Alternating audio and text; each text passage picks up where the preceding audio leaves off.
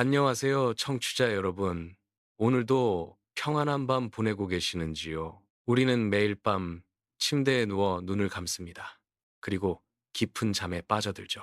그 순간 우리의 육체는 침대 위에 가만히 멈추어 있지만 우리의 정신은 완전히 새로운 세계로 여행을 떠납니다. 어떤 날은 하늘을 자유롭게 날아다니기도 하고 어떤 날은 오랜 소망이 이루어져 행복해 하기도 합니다. 하지만 또 어떤 날은 정체 모를 괴물에게 쫓기거나 시험장 등에서 허둥대며 식은땀을 흘리며 깨어나기도 하지요.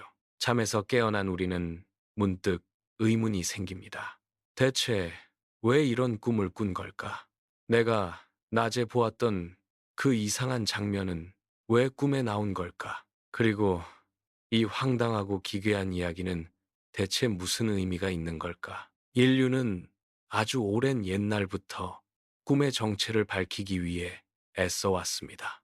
고대인들은 꿈을 신이 내린 계시나 미래를 보여주는 예언이라고 믿었습니다. 반면 현대의 어떤 과학자들은 꿈이란 그저 잠을 자는 동안 뇌가 세포를 정리하며 뱉어내는 아무 의미 없는 찌꺼기일 뿐이라고 치부하기도 합니다. 하지만 여기 꿈을 전혀 다른 시선으로 바라본 한 남자가 있습니다.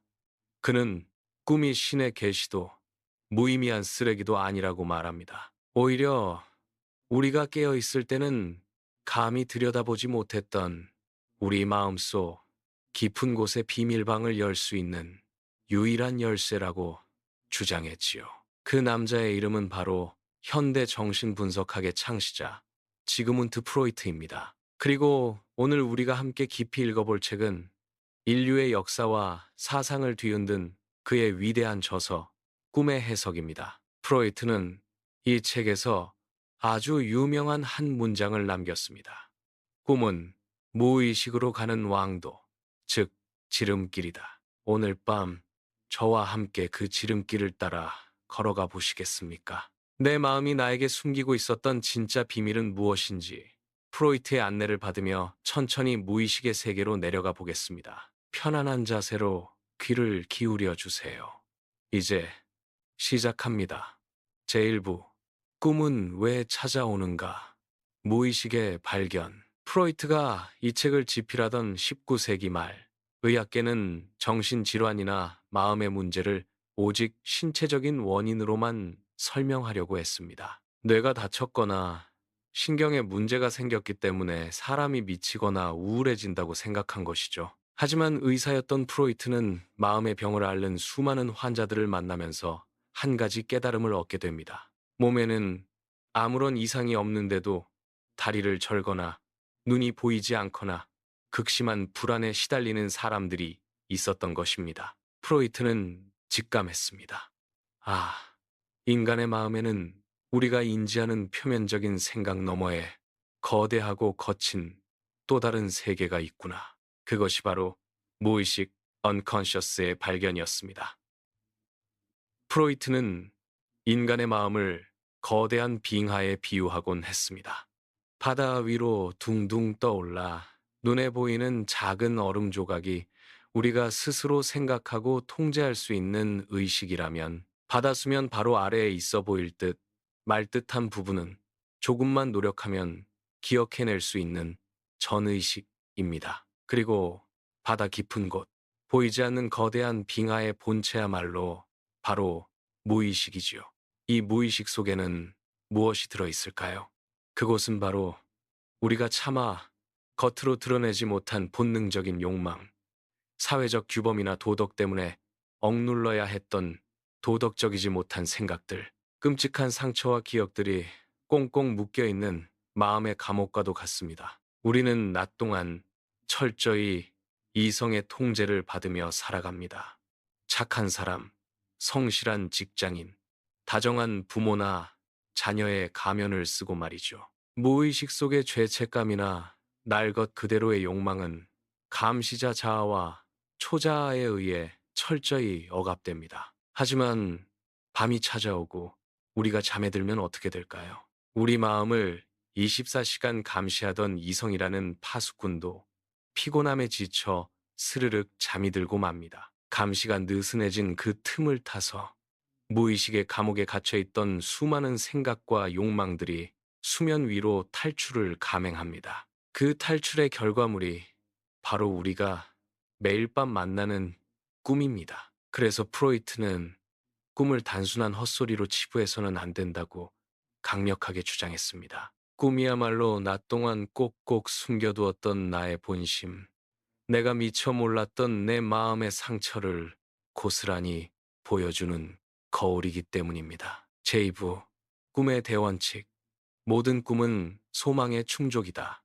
이제 프로이트가 꿈의 해석 전체를 통해 외치는 가장 핵심적인 대원칙을 이야기할 차례입니다. 프로이트는 단호하게 말합니다.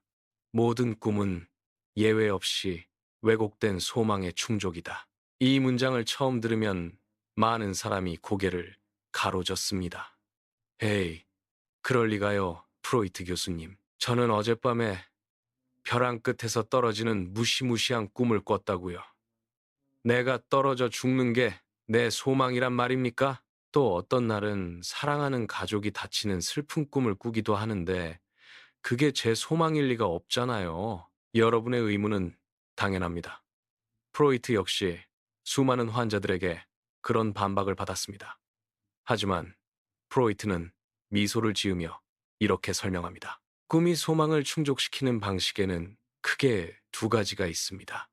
아주 솔직하고 투명한 방식이 있고 아주 복잡하게 꼬아놓은 방식이 있지요. 어린이의 꿈, 날 것 그대로의 소망. 먼저 솔직한 방식을 볼까요? 프로이트는 이를 어린이의 꿈에서 쉽게 찾을 수 있다고 말합니다. 어린아이들은 아직 사회적인 도덕이나 억압이 굳어지지 않았기 때문에 무의식이 아주 투명합니다. 예를 들어, 낮에 맛있는 체리를 더 먹고 싶었지만 엄마가 배탈이 난다며 말려서 울다 지쳐 잠든 아이가 있다고 해봅시다. 이 아이는 그날 밤 어떤 꿈을 꿀까요? 아주 단순합니다.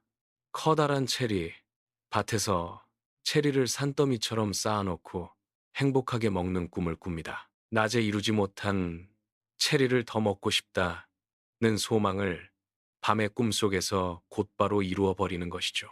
어른들도 가끔 이런 단순한 꿈을 꿉니다. 가끔고 혹시 전날 밤에 아주 짠 음식을 먹고 물을 마시지 않은 채 잠든 적이 있으신가요? 그렇다면 새벽녘에 시원한 폭포수를 마시거나 얼음이 가득 찬 탄산음료를 벌컥벌컥 마시는 꿈을 꾸어본 적이 있을 겁니다. 몸이 원하는 갈증 해소라는 소망을 꿈이 즉시 충족시켜서 잠에서 깨지 않고 계속 잘 수 있도록 도와주는 것이죠. 어른의 꿈, 변장하고 찾아오는 소망. 문제는 우리 어른들의 꿈입니다. 어른들의 소망은 어린이의 꿈처럼 순수하거나 단순하지 않은 경우가 많습니다. 때로는 질투, 시기, 성적인 욕망, 누군가를 무너뜨리고 싶다는 공격성처럼 스스로도 인정하기 부끄럽고 끔찍한 욕망들이 무의식에 깔려 있지요. 이런 소망들이 날 것 그대로 꿈에 나타나면 어떻게 될까요? 잠을 자던 우리는 너무 깜짝 놀라거나 끔찍해서 심장이 쿵쾅거리며 잠에서 깨버릴 것입니다. 그래서 우리의 마음은 묘책을 발휘합니다. 잠든 사이 탈출하려는 무의식의 소망을 그대로 내보내는 것이 아니라 이성의 감시관에게 걸리지 않도록 변장을 시키는 것입니다. 마치 범죄자가 경찰의 눈을 피하기 위해 가발을 쓰고 안경을 끼고 옷을 갈아입는 것처럼 말이죠. 결국 우리가 꿈에서 보는 기괴한 장면, 무서운 이야기, 슬픈 사건들은 사실 꼭꼭 숨겨진 어떤 소망이 알아볼 수 없을 정도로 옷을 갈아입고 나타난 형태입니다. 이것이 바로 프로이트가 말한 왜곡된 소망의 충족입니다. 그렇다면 꿈은 대체 어떤 방식으로 옷을 갈아입는 걸까요? 무의식은 어떤 마술을 부려서 우리를 속이는 걸까요? 이제 그 비밀스러운 마술의 세계, 꿈 작업의 메커니즘으로 들어가 보겠습니다. 제3부, 무의식의 연출가, 꿈 작업의 네 가지 마술. 프로이트는 무의식 속에 숨은 진짜 소망을 잠재몽 latent content이라고 불렀고, 우리가 잠에서 깨어나 기억하는 가위 눌림이나 기이한 줄거리의 꿈을 외현몽, manifest content 이라고 불렀습니다. 그리고 숨겨진 잠재몽이 겉으로 보이는 외현몽으로 변하는 연출 과정을 꿈 작업 드림워크이라고 명명했지요. 이 꿈 작업의 연출가 무의식은 주로 네 가지 마술을 부려 우리를 감쪽같이 속입니다. 이 부분을 잘 들어보시면 여러분이 꿨던 이상한 꿈들의 비밀이 풀리기 시작할 것입니다. 첫 번째 마술, 압축, 컨덴세이션. 꿈을 꾸다 보면 참 신기한 경험을 합니다. 꿈속에서는 어떤 사람을 보고 분명 내 고등학교 친구라고 생각했는데 깨어보니 얼굴은 직장 상사였고 목소리는 어머니였던 경험 있으신가요? 이것이 바로 압축입니다. 무의식은 아주 게으르고도 영악합니다. 현실의 수많은 기억과 감정, 인물들을 한 군데로 꾹꾹 눌러 압축해버립니다. 10가지의 서로 다른 의미를 하나의 이미지나 단어 속에 집어넣는 것이죠. 그래서 꿈속의 인물이나 장소는 언제나 1대1로 매칭되지 않고 여러 가지 의미가 뒤섞인 다면적인 모습을 띠게 됩니다. 두 번째 마술, 전휘, displacement. 전휘는 쉽게 말해 감정과 중요성의 자리를 바꾸는 것입니다. 예를 들어 무의식 속에서 내가 진짜 중요하게 생각하고 불안해하는 대상이 A라고 해봅시다. 하지만 A를 꿈에 그대로 드러내면 너무 괴로우니까 무의식은 A에게 쏠려있는 강렬한 감정을 아무 상관없는 사소한 물건인 B로 옮겨버립니다. 꿈속에서 어떤 사람이 아주 낡은 가방 하나를 잃어버리고는 나라가 망한 것처럼 대성통곡을 합니다. 깨어나서 생각하면 황당하죠. 겨우 가방 하나 잃어버렸다고 그렇게 울 일인가? 하지만 정신 분석을 통해 그 가방의 의미를 추적해보면 그 가방은 단순한 물건이 아니라 그 사람이 평생 의지해온 어머니의 존재나 자신의 사회적 지위를 상징하는 경우가 많습니다. 정작 중요한 본질은 숨겨두고 덜 중요한 사물에 감정을 쏟아붓게 만들어 검열을 피하는 고도의 수법. 그것이 바로 전위입니다. 세 번째 마술, 상징화, symbolization. 이것은 프로이트 이론에서 가장 널리 알려지고 동시에 가장 많은 논쟁을 불러일으킨 부분입니다. 무의식은 직접적으로 말하기 민망하거나 두려운 개념들을 문명과 문화가 공유하는 혹은 개인적인 상징물로 대체합니다. 프로이트는 특히 성싱적인 욕구나 신체적인 비밀이 꿈에서 상징화되는 경우가 많다고 보았습니다. 예를 들어 칼, 총, 우산, 촛대처럼 길쭉하고 관통하는 물건들은 남성의 상징으로 상자, 상자, 곽, 방, 동굴, 주머니처럼 무언가를 담는 부드럽고 오목한 물건들은 여성의 상징으로 변형된다는 것이죠. 계단을 오르내리거나 문을 열고 들어가는 행동, 하늘을 나는 행위 등도 무의식적인 성적 쾌감이나 억압된 본능의 자극을 대변하는 상징일 수 있다고 프로이트는 분석했습니다. 물론 모든 꿈을 성적으로만 해석하는 것은 현대에 와서 비판을 받기도 하지만 우리의 마음이 은유와 상징을 통해 소망을 위장한다는 점만큼은 부인할 수 없는 사실입니다. 네 번째 마술, 정교화, secondary revision. 마지막 마술은 우리가 잠에서 깨어나기 직전 혹은 깨어난 직후에 일어나는 정교화 과정입니다. 사실 꿈 작업이 막 끝난 직후의 꿈은 앞뒤 문맥도 없고 엉망진창인 파편들에 가깝습니다. 하지만 인간의 뇌는 인과관계와 논리를 좋아하지요. 그래서 잠에서 깨어나는 짧은 순간 우리 의식은 그 파편들을 하나의 연결된 이야기로 짜맞추기 시작합니다. 내가 길을 가다가 괴물을 만났는데 갑자기 날개가 돋아서 날아갔어라는 식으로 억지로 줄거리를 만들어내는 것이죠. 이 과정에서 꿈의 진짜 원형은 한 번 더 왜곡되고 다듬어지게 됩니다. 제4부, 꿈의 재료들, 어제 보았던 것과 어린 시절의 기억. 그렇다면 이 연출가는 대체 어디서 소스를 얻어서 꿈이라는 연극을 무대에 올리는 걸까요? 프로이트는 꿈의 재료를 크게 세 가지 창고에서 가져온다고 설명합니다. 낮의 잔재, as do's. 우리가 꿈을 꾸면 반드시 최근에 겪었던 일들이 등장합니다. 어제 친구가 했던 사소한 한마디, TV에서 스치듯 보았던 뉴스 한 장면, 길을 걷다 본 특이한 간판 같은 것들이죠. 프로이트는 이를 낮의 잔재라고 불렀습니다. 하지만 이 낮의 잔재는 꿈의 진짜 주인공이 아닙니다. 그것은 무의식이 자신의 깊은 소망을 숨기기 위해 빌려온 최신식 변장용 옷들 뿐입니다. 낮에 겪은 사소한 자극이 무의식 깊은 곳에 잠들어 있던 오래된 감정의 도화선에 불을 붙이는 역할을 하는 것이죠.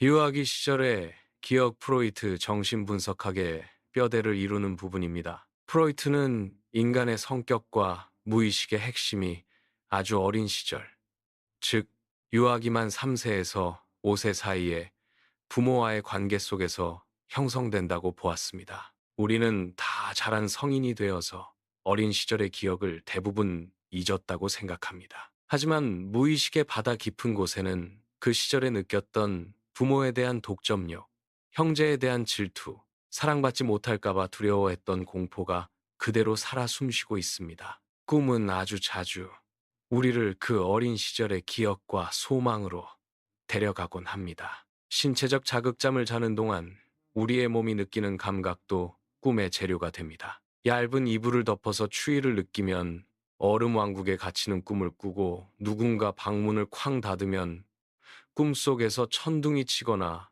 총소리가 나는 시기입니다. 그러나 프로이트는 이 신체적 자극 역시 꿈을 만드는 독립적인 원인이 아니라 무의식이 자신의 이야기를 전개하기 위해 편리하게 가져다 쓰는 무대 효과에 불과하다고 보았습니다. 제오부, 프로이트의 실제 사례 분석, 이르마의 주사, 꿈이론만 들으면 조금 추상적으로 느껴질 수 있습니다. 그래서 프로이트는 이 책에서 자신이 직접 꾼 아주 유명한 꿈을 예시로 들어 독자들을 설득합니다. 정신분석 역사상 가장 유명한 꿈, 바로 이르마의 주사, 얼마스 인젝션 꿈입니다. 때는 1895년 여름이었습니다. 프로이트는 이르마라는 이름을 가진 여성 환자를 치료하고 있었는데 치료 성과가 그리 좋지 못했습니다. 환자는 여전히 통증을 호소했고 프로이트는 의사로서 좌절감과 책임감을 느끼고 있었죠. 그러던 어느 날 프로이트의 동료 의사인 오토가 이르마를 만나고 돌아와 프로이트에게 말했습니다. 이르마를 봤는데 전보다 상태는 좀 나아졌지만 여전히 몸이 안 좋아 보이더군. 그 말을 들은 프로이트는 묘한 불쾌감과 억울함을 느꼈습니다. 오토가 마치 자신의 치료 능력이 부족하다고 비난하는 것처럼 들렸기 때문입니다. 프로이트는 그날 밤 이르마의 치료 경과를 빽빽하게 적은 보고서를 작성한 뒤 씁쓸한 마음으로 잠에 들었습니다. 그리고 다음과 같은 꿈을 꾸었습니다. 프로이트의 꿈 줄거리. 대형 홀에서 수많은 손님을 맞이하는 파티가 열리고 있다. 그 자리에 이르마가 와 있다. 프로이트는 이르마를 따로 불러내어 말한다. 당신의 제안을 받아들이지 않아서 아직도 아픈 거라면 그건 당신 탓입니다. 이르마는 목과 배가 아프다고 호소한다. 프로이트는 걱정이 되어 이르마의 입을 열어 목간을 들여다본다. 목구멍 안쪽에 커다란 흰색 반점과 기괴한 주름들이 보인다. 프로이트는 서둘러 동료 의사인 M 박사와 오토를 부른다. M 박사도 이르마를 진찰하더니 프로이트의 의견에 동의한다. 그때 동료 오토가 이르마에게 얼마 전 주사를 놓았던 기억이 떠오른다. 오토가 불결한 주사기로 무리하게 화학약품 프라필린을 주사했다는 사실이 밝혀진다. 꿈속에서 프로이트는 생각한다. 아, 이르마가 아픈 건 내 잘못이 아니라 오토의 불결한 주사 때문이었구나. 자, 이 꿈의 줄거리는 언뜻 보면 의사로서 환자가 낫지 않아 걱정하는 악몽처럼 보입니다. 하지만 프로이트가 자신의 무의식을 하나하나 분석해 들어가자 전혀 다른 숨겨진 소망이 드러났습니다. 이 꿈의 진짜 소망은 무엇이었을까요? 쿵쿵 달에 바로 나의 책임 회피와 복수였습니다. 꿈속에서 이르마가 아픈 원인은 프로이트의 잘못된 치료 때문이 아니라 동료 오토가 불결한 주사기로 엉뚱한 약을 놓았기 때문인 것으로 밝혀집니다. 즉, 프로이트의 무의식은 낮 동안 네 치료가 부족했던 거 아니야? 라는 동료의 은근한 비난에 상처받은 자존심을 회복하고 싶었던 것입니다. 꿈은 오토를 부주의하고 불결한 의사로 만들어 버림으로써 오토에게 멋지게 복수했고 의학계의 권위자인 M 박사를 등장시켜 프로이트, 자네 잘못이 아니야 라고 내 편을 들어주게 만들었습니다. 결국 이 복잡하고 불안해 보이는 의사의 꿈은 사실 내 잘못이 아니야. 난 유능한 의사라고 라는 프로이트의 억압된 소망을 완벽하게 충족시켜준 꿈이었던 것입니다. 프로이트는 이 꿈을 분석하면서 감탄했습니다. 아, 꿈이란 정말 정교하게 나의 소망을 들어주는구나 하고 말이죠. 제6부, 왜 우리는 꿈을 분석해야 하는가? 프로이트가 고생스럽게 자신의 꿈과 환자들의 꿈을 해체하며 꿈의 해석을 쓴 이유는 무엇일까요? 그저 재미있는 꿈풀이를 위해서였을까요? 아닙니다. 프로이트는 영혼의 상처를 치유하기 위해서였습니다. 우리의 무의식 속에 쌓인 억압된 상처와 욕망들은 해결되지 않으면 사라지지 않고 마음속에서 썩어가기 시작합니다. 그리고 그것은 깨어있는 동안 불안증, 우울증, 강박증, 혹은 이유 없는 신체 통증이라는 괴물로 변해 우리를 괴롭힙니다. 꿈은 무의식이 우리에게 보내는 일종의 암호 편지입니다. 나 지금 여기가 아파. 나 사실은 이게 너무 갖고 싶어. 나 저 사람이 너무 미워라고 변장한 모습을 통해서라도 끊임없이 우리에게 신호를 보내는 것이죠. 따라서 내 꿈에 숨겨진 의미 잠재목을 해석해내는 과정은 내가 외면하고 있었던 내면의 어두운 그림자를 똑바로 마주하는 과정과 같습니다. 아, 내가 낮에는 아무렇지 않은 척했지만 사실은 그 일 때문에 아직도 마음이 많이 아프구나. 내가 그 사람을 축복해줬지만 내 무의식 깊은 곳에서는 무척 시기하고 있었구나. 이것을 깨닫고 인정하는 순간 내면의 억압이 풀리고 마음의 치유가 시작된다고 프로이트는 말합니다. 내 무의식을 부끄러워하거나 두려워하지 않고 있는 그대로 받아들이는 것. 그것이 바로 정신분석학이 추어 올리는 진정한 치유의 시작입니다. 에필로그. 매일 밤 찾아오는 나만의 극장을 위하여. 청취자 여러분, 오늘 이야기가 어떻게 들리셨나요? 내용이 조금 어렵거나 낯설게 느껴지셨을지도 모르겠습니다. 하지만 이것 하나만큼은 기억해 주셨으면 좋겠습니다. 우리는 매일 밤 돈 한 푼 내지 않고 세상에서 가장 화려하고 정교한 나만의 극장을 연다는 사실을요. 그 극장의 감독도 나이고 각본가도 나이며 무대 위에서 연기하는 주인공도 바로 나 자신입니다. 그동안 꿈을 그저 잠을 설치게 만드는 귀찮은 가위 눌림이나 아무 의미 없는 뇌의 착각으로만 생각하셨다면 내일부터는 조금 다른 시선으로 바라보시길 바랍니다. 잠에서 깨어난 아침, 머릿속에 남아있는 잔상을 가만히 따라가 보세요. 그리고 스스로에게 질문을 던져보는 겁니다.